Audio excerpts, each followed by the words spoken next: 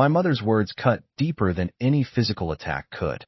During what should have been a joyful housewarming celebration, she waved the property deed in my face, telling me how unreasonable I was being. According to her, Eric deserved this house more than I did because he had a family to support, while I only had myself to worry about. Her dismissal hit me with devastating force. I stood frozen in the kitchen of the home I'd sacrificed my entire financial future to secure, struggling to breathe as my world collapsed around me. I'm Mia Reynolds, 33, and never imagined my own family would betray me so completely. As a dedicated nurse at Memorial Hospital, I'd spent the last decade working double shifts, accepting extra ICU hours, and meticulously saving every dollar possible. When my parents faced foreclosure on their previous home, I stepped forward with my life savings, $175,000, to help them secure a new residence. Our arrangement was crystal clear.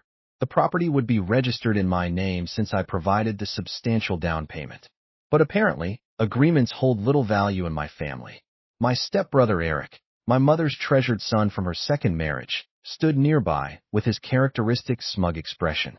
At 38, he had never contributed a penny toward our parents' well-being, always too busy finding himself while cycling through one failed business after another. Yet now he had a pregnant wife, which somehow entitled him to my financial sacrifice. My stepfather George casually informed me they had already filed the paperwork putting the house in Eric's name. He suggested I should feel pleased about helping my brother start his family. The casual way he dismissed my enormous sacrifice made my blood boil. The beautiful colonial home I'd fallen in love with, the one I'd imagined hosting countless family gatherings, was being handed to someone who hadn't earned it. Scanning the room filled with extended family and friends, I noticed uncomfortable glances and whispered conversations. My Aunt Sarah, who had always been more maternal than my actual mother, stood in a corner shaking her head in disbelief. My best friend Rachel, who had witnessed my exhaustive efforts to accumulate those savings, gripped her glass so tightly I feared it might shatter. I managed to remind them that we had an agreement, my voice trembling with a mixture of anger and hurt. I emphasized that the money represented everything I had saved. My mother dismissed my concerns as dramatic, rolling her eyes and suggesting I'd easily rebuild my savings as a nurse. She insisted Eric needed a stable home for his baby, adding that I had no one to provide for.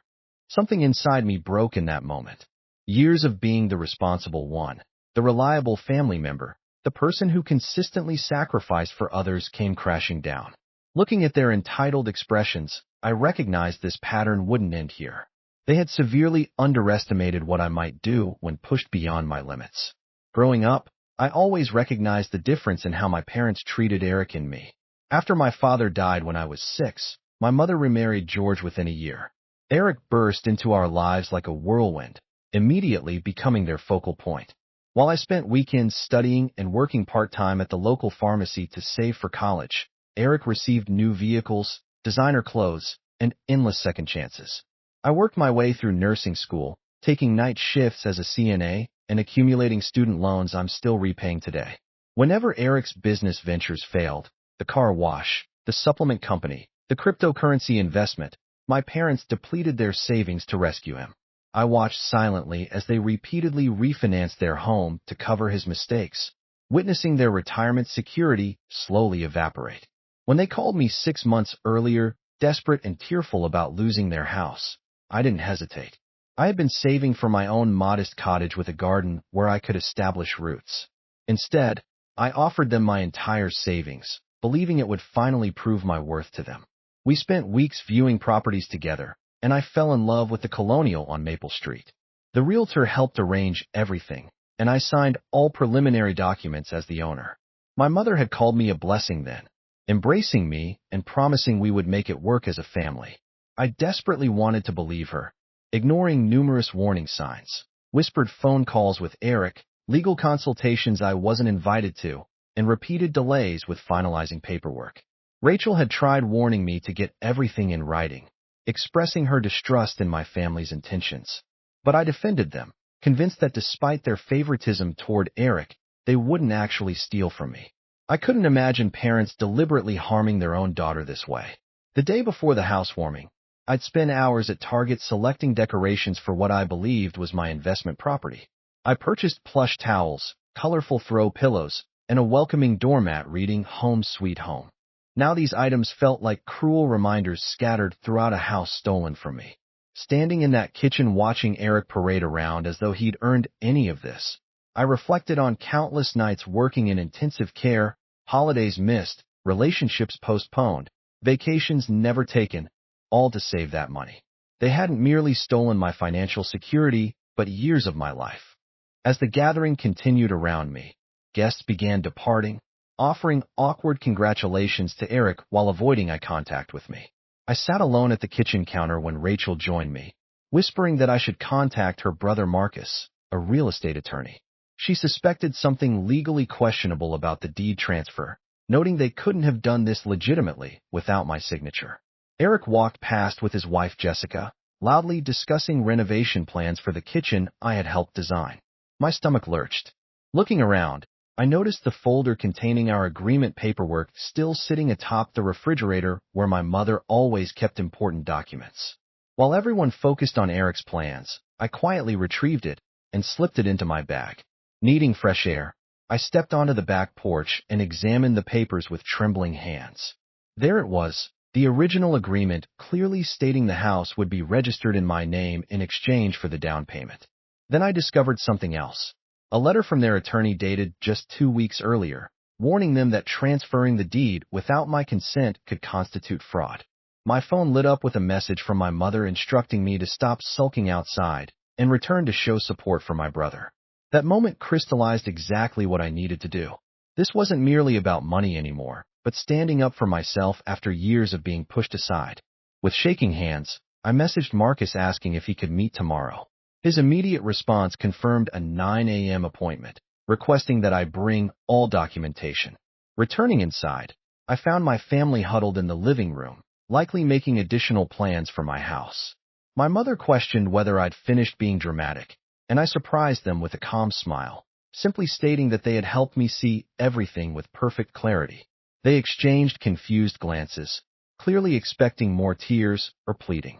But I was finished being the dependable daughter who always delivered while receiving nothing in return.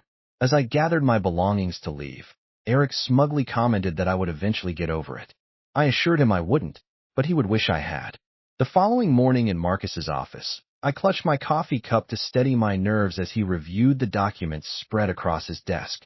After careful examination, he confirmed what I suspected: my family had made a serious legal mistake. The deed transfer wasn't merely questionable, but fraudulent. He explained that as the provider of the down payment with signed initial paperwork and clear documentation, they couldn't legally transfer the property without my consent. When I pointed out they had already done precisely that, he assured me fraudulent transfers could be reversed. He mentioned having a colleague at the district attorney's office who would find this case very interesting, adding that my family's actions could potentially result in criminal charges. My heart raced at the possibility of my parents facing legal consequences. Despite everything, this thought made me hesitate. Marcus firmly reminded me that they had effectively stolen $175,000 from me, constituting grand theft. They had committed fraud and potentially forged my signature on documents. They were counting on my continued acquiescence, expecting me to remain too accommodating to challenge them. He was absolutely right. Throughout my life, they had relied on me being understanding, the one who would sacrifice without complaint. While we discussed options, my phone continuously displayed messages from my mother alternating between guilt manipulation and demands that I stop behaving childishly. When Marcus asked what outcome I wanted, I took a deep breath and stated that I wanted my house returned and for my family to understand they could no longer treat me this way. He immediately began filing an emergency injunction to prevent property modifications, followed by legal action to invalidate the transfer. They would receive official documentation the following day. Leaving his office, I felt unexpectedly lighter. For the first time since the housewarming, I wasn't crying or trembling. Instead, I experienced a strange sense of calm.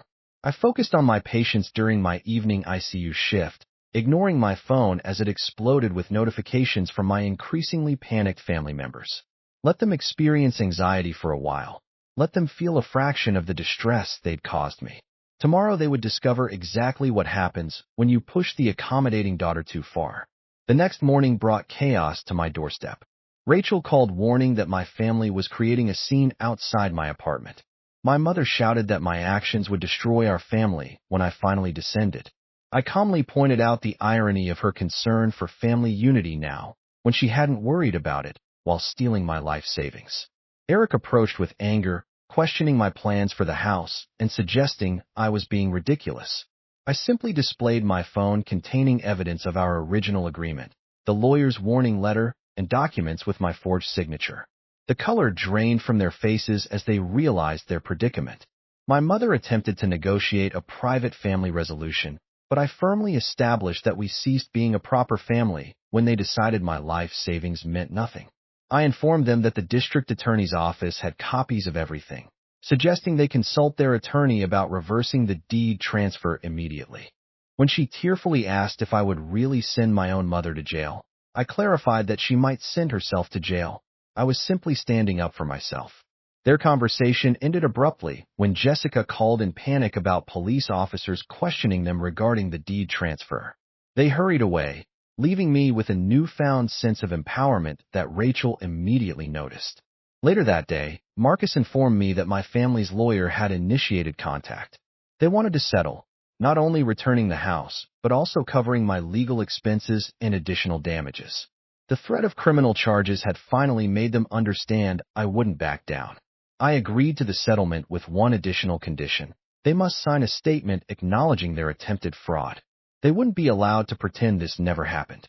2 weeks later in Marcus's office, I watched my family sign the necessary documents. The deed returned to me along with a settlement covering legal expenses and an additional $50,000 in damages. More importantly, they signed a notarized statement admitting their attempted fraud. My mother dabbed at continuous tears while George stared at the floor.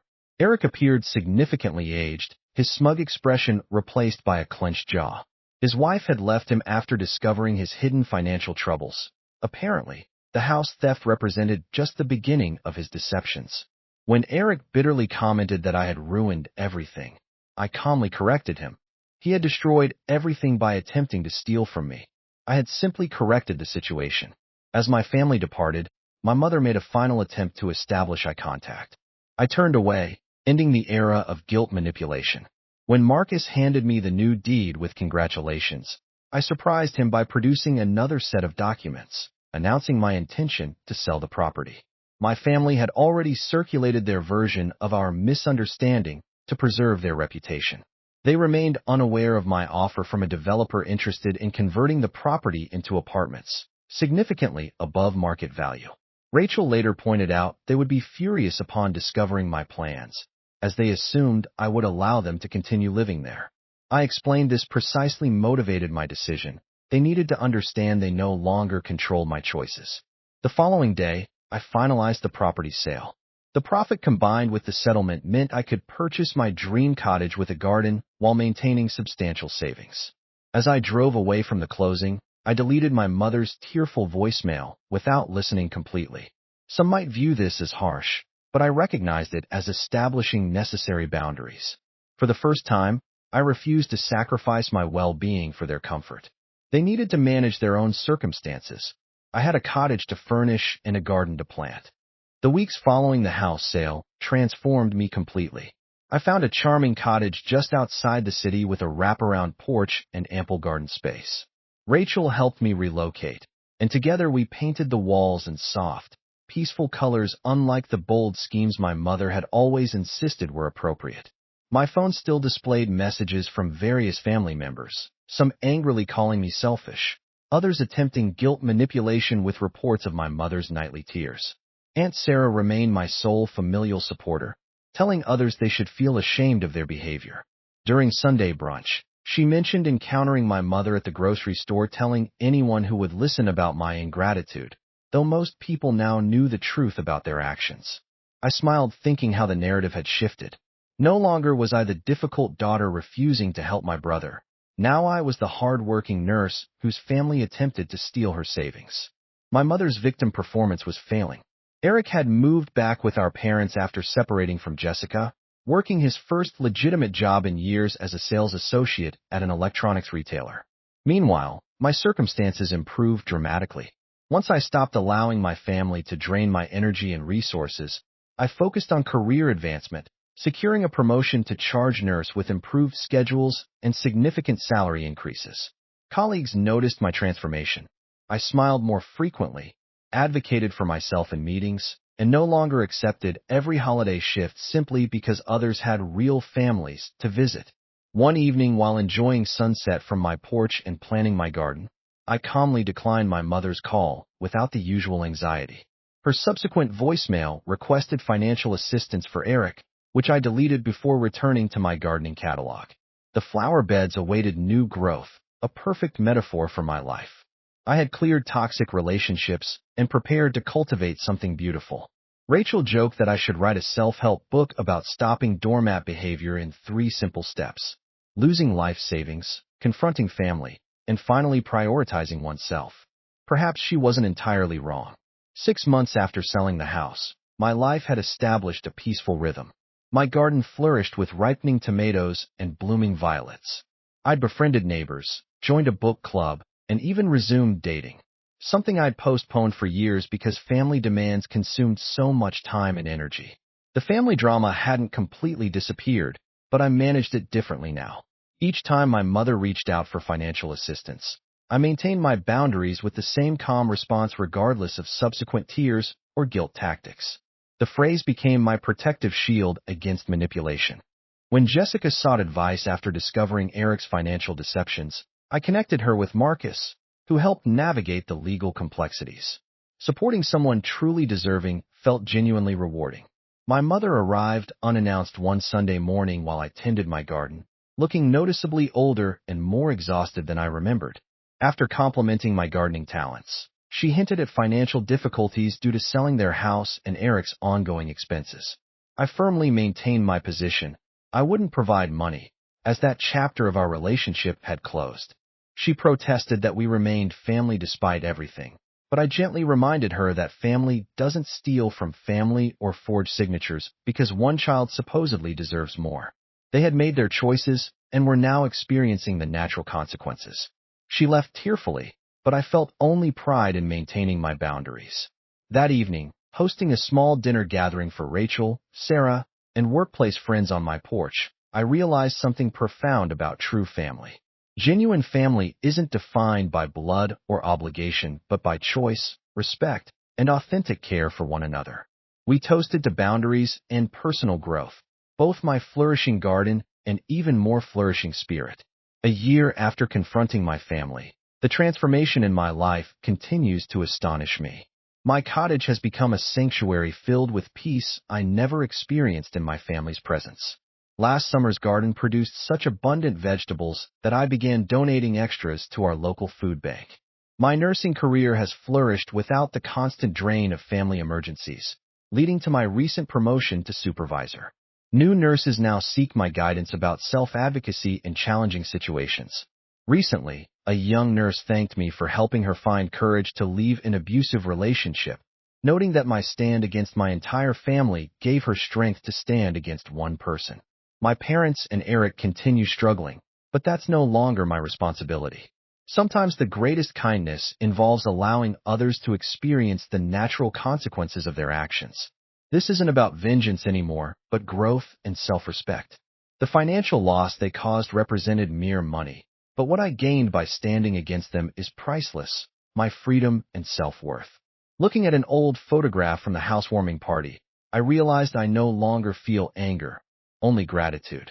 Their betrayal compelled me to become stronger, someone who values herself enough to walk away from toxic relationships, even when disguised as family. My garden blooms again this spring. Sarah visits with her grandchildren who enjoy planting flowers. Rachel and I laugh about my evolution during our weekly coffee meetings. Jessica brings my nephew occasionally, commenting on the garden's healing properties. Life isn't perfect, but it's authentically mine now. I've learned that sometimes the best revenge isn't about getting even. It's about getting better. Every flower blooming in my garden, every peaceful evening on my porch, every boundary I maintain reminds me that I chose myself. and I would make that same choice again without hesitation.